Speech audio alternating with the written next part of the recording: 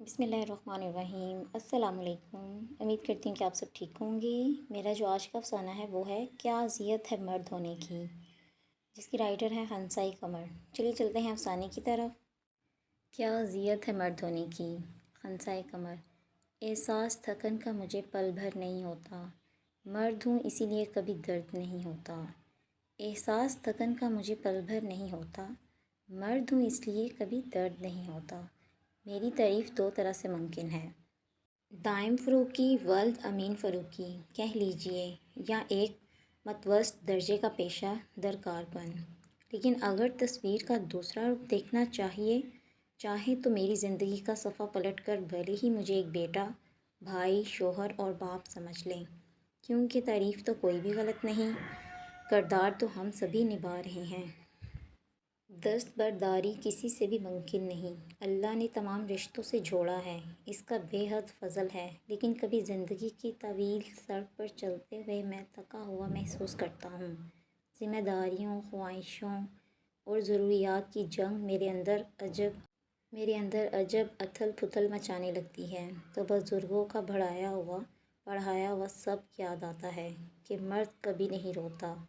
میں نے تنہائی سے جنگ کی ہے، تھکن کو بہت بار نیند کی گولی دے کر سلایا ہے، بزرگوں کے آگے ہمیشہ چپ سادھ لی اور عورت کی ہمیشہ عزت کی ہے۔ اور وہ ولی نہیں جو مرد شلوار قمیض، سر پہ ٹوپی اور داڑھی مونچھیں رکھ کر خبیث نظروں سے عورت کی کرتا ہے، اکثر بلکہ حیا اور پردے کی روح کو سمجھنے کی حد تک میرا تعلیمی اور تربیتی ہر ریکارڈ بہت عمدہ رہا ہے۔ میں نہ صرف ایک اچھا شہری ہوں بلکہ آج تک جس رشتے میں بھی بندھا اسے خوب نبھایا۔ مگر اب وحشت ہونے لگی ہے بزرگوں کے سکھائے ہوئے اس جملے سے، باخدا بغاوت کرنے کو جی چاہ رہا ہے کہ انہوں نے مجھے جھوٹی مردانگی اور انا کے کس پنجرے میں قید کر چھوڑا ہے۔ میں خود ساختہ خود میں قید ہو چلا ہوں، میرے اندر حبس کا موسم بڑھتا چلا جا رہا ہے، اشکوں کے دریا کو بہنے کا راستہ ہی میسر نہیں آتا، اور زیر لب تبسم کسی مضبوط سٹیکر کی طرح چپکا رہتا ہے۔ میرے لب جام ہو چکے ہیں کہ اب اجازت کے طلبگار ہیں۔ صاحب و معنی کے مسکرانا صدقہ جاریہ ہے، مگر سنجیدگی اور متانت میں خوب موسم ہے، کبھی ان کا بھی دیدار کر لو۔ اگر موسم نہ بدلے تو دنیا کا نظام درہم برہم ہو جاتا ہے۔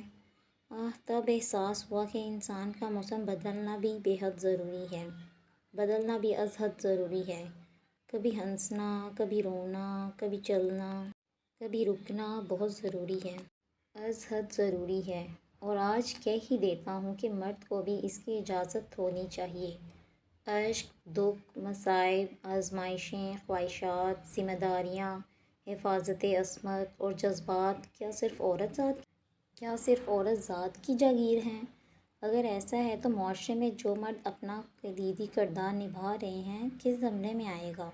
چھوٹا ہے لیکن ہے تو بیٹا، باپ کی وفات کے بعد گھر کی بھاگ دوڑ اسی کے کاندھوں پر ہے، پڑھائی کے بعد نوکری اور پھر چھوکری۔ نہیں یار، اماں نے صاف کہہ دیا ہے کہ پہلے تیری بہنوں کو اپنے گھر کا کروں گی، پھر کہیں جا کر تیری شادی ہوگی، اس سے پہلے سوچنا بھی نہ۔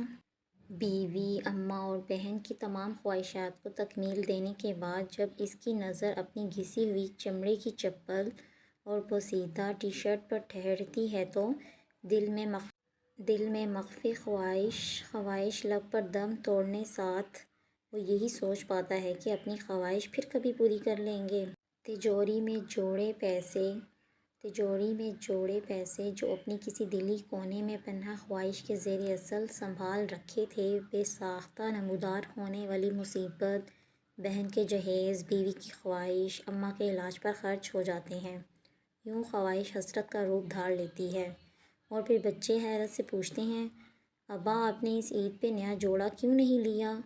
نوکری سے خوار ہو کر جب گھر کی راہ لے تو ساس بہو کا ایک عجب بھونچال، انصاف کی چکی میں برابر پسنا پڑتا ہے۔ دوستوں کے ہمراہ چھٹی کا ایک خوشگوار دن، قہقہے اور مسکراہٹیں سمیٹے رشتوں کو روٹنے منانے کے بعد رات کے آخری پہر وہ اپنی ذات کا سفر کرتے خود سے ملاقات کرتا ہے۔ وہ لوگوں کے تعمیر کردہ مضبوط دیوار پہ چسپاں لیبل کو پڑھتے ہوئے اپنی تمام ذمہ داریاں، مصائب، آزمائشوں، مان، حیرت، حفاظت اور کہکوں کو غم آلود اکھیوں میں نچوڑ کر دنیا کے سامنے اپنا بھر رکھ لیتا ہے کہ مرد کبھی نہیں روتا، مرد بہت مضبوط ہوتا ہے۔ بس یہی میری تعریف ہے۔ دائم فاروقی، ولد امین فاروقی۔ مرد یا کیا اذیت ہے مرد ہونے کی، کیا اذیت ہے مرد ہونے کی، کوئی بھی جا نہیں ہے رونے کی، کوئی بھی جا نہیں ہے رونے کی۔ یہ افسانہ جو ہے کیا اذیت ہے مرد ہونے کی، یعنی کہ اس کا مطلب ہے کہ مرد کی خاموش قربانیاں۔ مرد کی زندگی ایک ایسا سفر ہے جس میں ذمہ داریوں کا بوجھ اس کے کندھوں پر ہمیشہ موجود رہتا ہے۔ وہ معاشرے کی توقعات اور اپنے خاندان کی خوشیوں کے لیے خود کو قربان کر دیتا ہے، لیکن اس کے درد کو کم ہی سمجھا جاتا ہے۔ مرد کے آنسو اکثر اس کی مردانگی پر سوال اٹھاتے ہیں، اس لیے وہ اندر ہی اندر گھٹتا رہتا ہے۔ معاشرہ اسے مضبوط دیکھنا چاہتا ہے، مگر یہ نہیں سمجھتا کہ وہ بھی ایک انسان ہے، جذبات رکھنے والا۔ اس کی خاموشی کے پیچھے قربانیوں کی ایک طویل کہانی چھپی ہوتی ہے۔ انشاءاللہ ملیں گے نیکسٹ ناول یا افسانے کے ساتھ۔ تب تک کے لیے اللہ حافظ، اپنا خیال رکھیے گا۔